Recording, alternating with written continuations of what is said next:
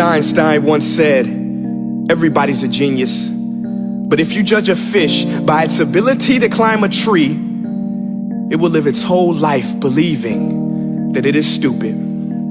Ladies and gentlemen of the jury, today on trial we have modern day schooling. Glad you could come. Not only does he make fish climb trees, but also makes them climb down and do a 10-mile run. Tell me, school, are you proud of the things you've done? Turning millions of people into robots, do you find that fun? Do you realize how many kids relate to that fish swimming upstream in class, never finding their gifts, thinking they are stupid, believing they are useless? Well, the time has come, no more excuses. I call school to the stand and accuse him of killing creativity, individuality, and being intellectually abusive. He's an ancient institution that has outlived his usage. So, Your Honor, this concludes my opening statement, and if I may present the evidence of my case, I will prove it. Proceed. Exhibit A. Here's a modern day phone. Recognize it? Here's a phone from 150 years ago. Big difference, right? Stay with me. Here's a car from today, and here's a car from 150 years ago. Big difference, right? Well, get this. Here's a classroom of today, and here's a class we used 150 years ago. Now ain't that a shame? In literally more than a century, nothing has changed. Yet you claim to prepare students for the future? But with evidence like that, I must ask, do you prepare students for the future or the past? I did a background check on you and let the record show that you were made to train people to work in factories, which explains why you put students in straight rows, nice and neat, tell them sit still, raise your hand if you want to speak, give them a short break to eat, and for 8 hours a day, tell them what to think. Oh, and make them compete to get an A letter which determines product quality, hence grade A of meat. I get it. Back then, times were different. We all have a past. I myself am no Gandhi. But today, we don't need to make robot zombies. The world has progressed. And now we need people who think creatively, innovatively, critically, independently, with the ability to connect. See, every scientist will tell you that no two brains are the same. And every parent with 2 or more children will confirm that claim.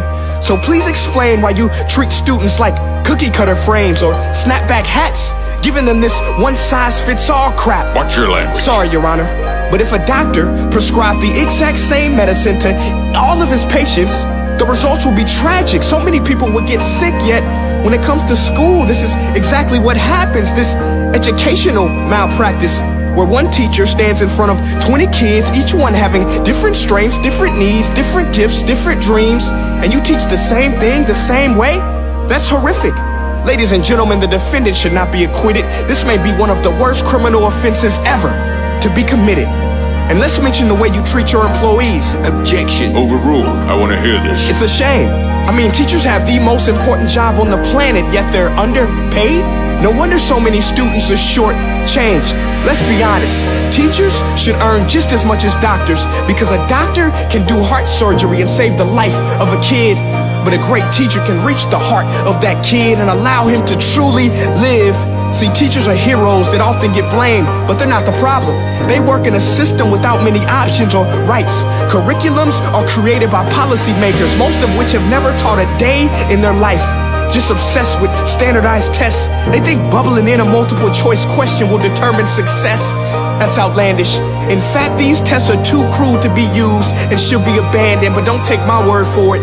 Take Frederick J. Kelly, the man who invented standardized testing, who said, and I quote, "These tests are too cruel to be used and should be abandoned." Ladies and gentlemen of the jury, if we continue down this road, the results will be lethal. I don't have much faith in school, but I do have faith in people.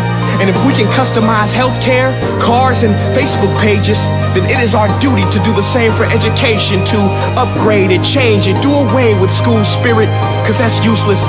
Unless we're working to bring the spirit out of each and every student, that should be our task. No more Common Core. Instead, let's reach the core of every heart in every class. Sure, math is important, but no more than art or dance. Let's give every gift an equal chance. I know this sounds like a dream, but countries like Finland are doing impressive things. They have shorter school days, teachers make a decent wage, homework is non-existent, and they focus on collaboration instead of competition. But here's the kicker, boys and girls. Their educational system outperforms every other country in the world. Other places like Singapore are succeeding rapidly. Schools like Montessori, programs like Khan Academy. There is no single solution, but let's get moving.